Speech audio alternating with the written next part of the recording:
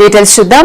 మద్యం కుంభకోణం కేసులో కీలక సూత్రధారిగా ఉన్న రాజ్ కసిరెడ్డిని ఈడీ అరెస్ట్ చేసింది. హైదరాబాద్ నానక్రామ్గూడలోని తన ఇంట్లో అదుపులోకి తీసుకున్నారు. రాజ్ కసిరెడ్డితో పాటు మరో 10 మంది ఇళ్లలో ఈ ఉదయం నుంచి ఈడీ తనిఖీలు చేస్తోంది. ఈ స్కామ్ లో వేల కోట్ల రూపాయలు చేతులు మారాయని, హవాలా, మనీ లాండరింగ్ ద్వారా నిధులు తరలించినట్లు గుర్తించింది.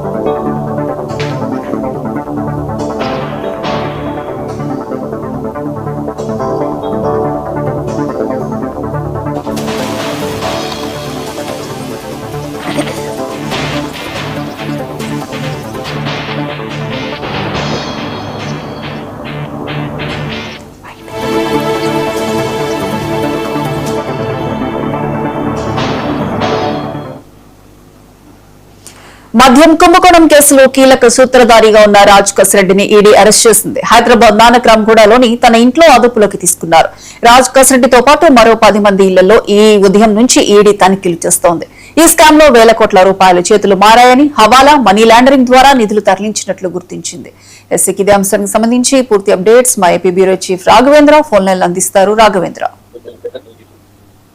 ఏదైతే ఏపీ గత ప్రభుత్వ హయాంలో 2019-24 సంబంధించి కూడా పూర్తి స్థాయిలో కూడా ఏపీలో చేసి మద్యం కుంభకోణం చేస్తుందనేసి ఇప్పటికే కూడా పలువురిని అరెస్ట్ చేయడం జరిగింది. దీంట్లో ఇప్పటికే కూడా వైసీపీలో కీలకంగా పనిచేసిన మంత్రులు అయితేనేమి, అదేవిధంగా చూసుకుంటా ఉంటే ఎంపీలు కూడా దీంట్లో కీలక పాత్ర కూడా పోషించారనేసి ఏదైతే సిట్ అయితేనేమి ఏర్పాటు చేయడం జరిగింది. అదేవిధంగా చూసుకుంటా ఉంటే సిఐడి ఒక పక్కన, ఈడీ ఒక పక్కన దీనిపైన కేసులు కూడా నమోదు చేయడం జరిగింది. ఈ నేపథ్యంలో పూర్తి స్థాయిలో కూడా ఒక పక్కన సిట్ అయితేనేమి దర్యాప్తు నేపథ్యంలో ఇప్పటికే పలువురిని అరెస్ట్ చేయడం అయితేనేమి వారిని కూడా విచారించడం కూడా జరిగింది. ముఖ్యంగా చూసుకుంటా ఉంటే ఇప్పుడు వచ్చేసి ఈడీ వచ్చేసి రాజ్ కసిరెడ్డిని కూడా అరెస్ట్ చేయడం జరిగింది. ఇది హైదరాబాద్ లో నానక్రామ్గూడలో కూడా జరగడం జరిగింది. ముఖ్యంగా చూసుకుంటా ఉంటే గత ప్రభుత్వ హయాంలో ఏపీ బెవరేజెస్ కార్పొరేషన్ నుంచి అప్పుడు వచ్చేసి ఎండీగా వాసుదేవరెడ్డి ఉండటం జరిగింది. ఏదైతే లిక్కర్ కంపెనీల నుంచి డైరెక్ట్ గా కూడా మద్యాన్ని వచ్చేసి మద్యం షాపులకి తరలించడము, అక్కడ ఎటువంటి బార్ కోడింగ్ కానీ, అదే విధంగా చూసుకుంటా ఉంటే క్యూఆర్ కోడ్ అంటే యూపీఐ ట్రాన్సాక్షన్స్ లేకుండా కూడా పూర్తి స్థాయిలో కూడా అమ్మకాలు జరిపాయనేసి పూర్తి స్థాయిలో కూడా ఆరోపణలు ఉన్నాయి. ఈ నేపథ్యంలోనే కూటమి ప్రభుత్వం ఏర్పడిన తర్వాత దీనిపైన కూడా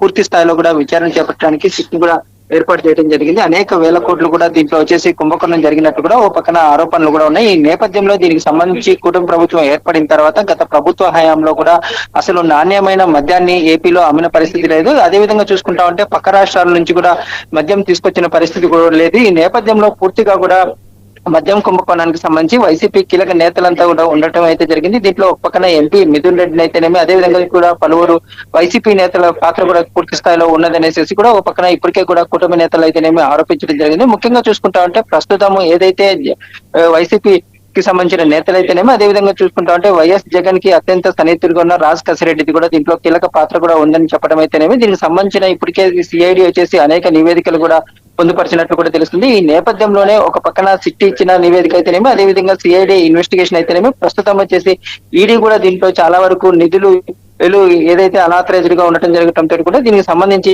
ఈడీ వచ్చేసేసి రాజ్ కసిరెడ్డిని కూడా అరెస్ట్ చేయడమే కాకుండా ఇంకా పలు చోట్ల కూడా సోదాలు చేస్తున్నట్లు తెలుస్తుంది. మొత్తంగా చూసుకుంటా ఉంటే ఏదైతే లిక్కర్ కుంభకోణానికి సంబంధించి వైసీపీ నేతలకైతేనేమి, అదేవిధంగా చూసుకుంటా ఉంటే ఏదైతే గత ప్రభుత్వంలో కీలక నేతలు, అదేవిధంగా చూసుకుంటా ఉంటే 10 ప్రభుత్వ అధికారులు అయితేనేమి, అప్పుడు ఎంపీలు అయితేనేమి దీంట్లో ప్రధాన పాత్రగా ఉన్నట్టు కూడా గుర్తించిన నేపథ్యంలో ఇప్పుడు వచ్చేసి ఇది పూర్తి స్థాయిలో కూడా వైఎస్ జగన్ మాజీ ముఖ్యమంత్రి కూడా తిట్టుకునే అవకాశం వల్ల అయితే ఇది ఇంట్లో కనిపిస్తున్న పరిస్థితి అని చెప్పి అంట.